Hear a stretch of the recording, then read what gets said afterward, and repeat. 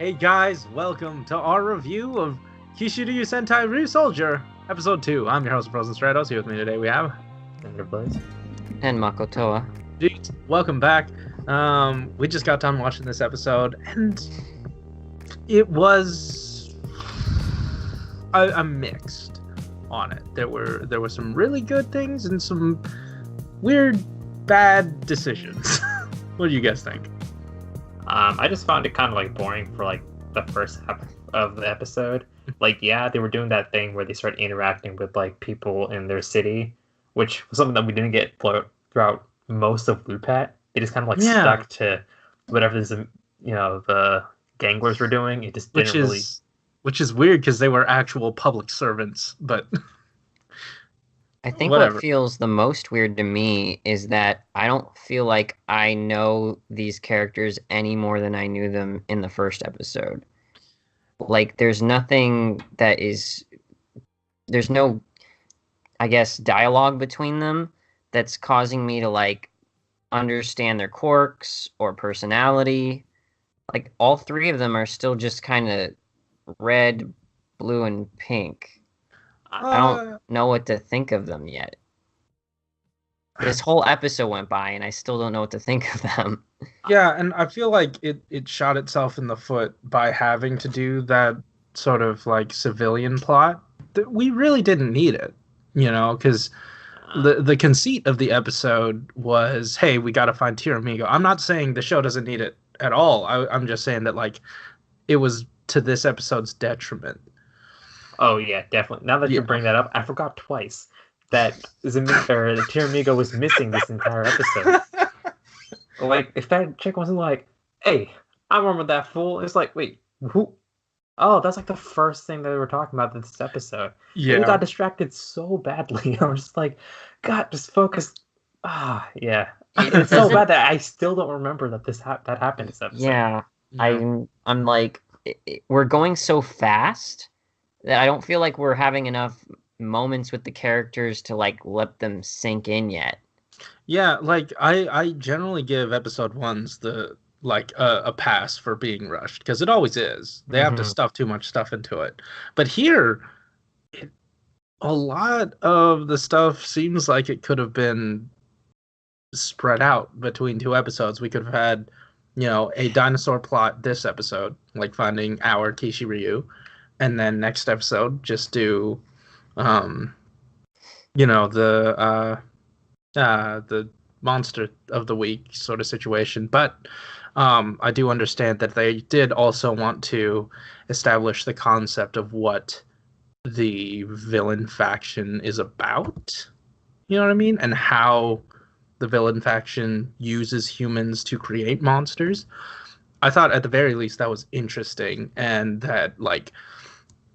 One of the most refreshing things about episode 1 was that like the monster was straight up just a monster, and really the only sentience here for this monster was like it said one thing, and that was it, and I'm A-okay with that. It seemed to be the driving force behind that individual that it was spawned from. Exactly. So I guess that's going to be the trend, and I have nothing against it, but I just don't. I mean, if they're all going to kind of drone like that the whole way through, I don't know how bored we're going to get with that character type. I hope that's not the case, but we'll see. I actually really like it, and I really like the way the villains are set up because, like, I don't need a goofy like villain of the week situation, but like if we have a presence that needs to be stopped, like, and it continually grows throughout the episode, like we saw here, like the villains don't have to come in and like make the monster grow after it's been defeated. It's like if you don't defeat them within this time, they will grow. So it seems like the threat level is like accelerated. Yeah, I think that's, for me, I think that's something that's only going to happen in this episode, where they kind of like had to make him a threat immediately. I don't think that, I feel like the moment they get big, it's just going to be saved for the very last, and it's just going to feel like the same pacing as every other Sentai show. One thing that did kind of throw me off was like the way that the monsters were kind of created. It felt too much like almost every Kamen Rider series. Like there is Geo, but like everyone before it, where the enemy faction just turns humans into these monsters based off their insecurities and things. Like I don't think that was ever like a thing that really happened in Sentai. And now no. I mean, this really felt like X-Aid to me, because you had the guy in the hospital and he's like, his life is draining away because of his bugster, taking his life force or whatever, and so you have to beat the monster to save the guy. I don't know. I still really liked it though. If it reminds you of X-Aid, then like the point where the bugster gets so powerful that it grows big and into this meatball thing. I'm glad we don't have a meatball thing. Oh, that's true. That is so true. No, thank you. In that respect, I very much appreciate it. But I do love that sort of escalation of conflict. And I don't know, it's refreshing to have like a non-sentient villain. Whereas the show doesn't like very much give us the character, I guess, points we want. It isn't like by any means suffering in the, I don't know, show department. Like it has been fun to watch when it's got the action going on. It's like very visually pleasing. Yeah, the bridge scene was cool. Like even when they're fighting the monster and they're not even in their Zords, that's actually like fresh. That's new. Yeah. We usually don't see that in like, unless it's maybe the first episode or the last episode of a series that they do something fancy like that. So I'm impressed. And like they blew through a building too. That was cool. I liked that. Yeah, and like what's wrong with you? Just imagining it. Oh, okay. Thrown into the building. He's like, hey, there's a fencing competition. Oh yeah, it's this guy. Yeah, like you had the entire building, like the entire hundreds of floors to have hit, and you hit the perfect one. Yeah, but whatever. Yeah. And why do they have a fencing competition in an office building? Like, I know, right? But to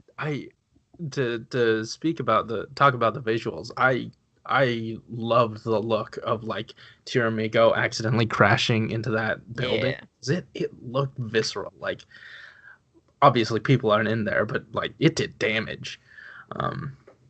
And the inclusion of the civilians this episode was, I mean, like it took a little more time than I would have liked, but it was nice to see that, like, I don't know, that we could potentially actually see people and what effects the monsters have on the public. So I'm excited for that prospect, especially since like this is the very first attack on the public. I already like our troublemaker, the one that just kind of like throw. I mean, I didn't like the goo part because that was gross, but I do like spat in his mouth. Yeah. I do like the character though, because like the way he was fooling around with the villain of the week, like that scene was fun. And then we had the kind of heavy hitter dude, like the tower looking villain, show up. And he has a funny name, doesn't he? It's like Tank Joe. Tank Joe. What the heck? I think I already like these villains a lot more than I liked the villains in our previous Sentai. With the fact that he stepped into the battle at all this episode is like leagues better than the last one. And instead of like in some far off dimension looking at the battle from there, he's actually like on a building saying, "Well, it looks like the Ryu Rangers or whatever they're called are finally gonna kick the bucket here." I don't know. He's an active villain. Mm-hmm. He's not passive. So I'm liking it. Yeah. You're saying that right now, but he's just gonna be like watching from afar for like 20 episodes. He split an entire dam.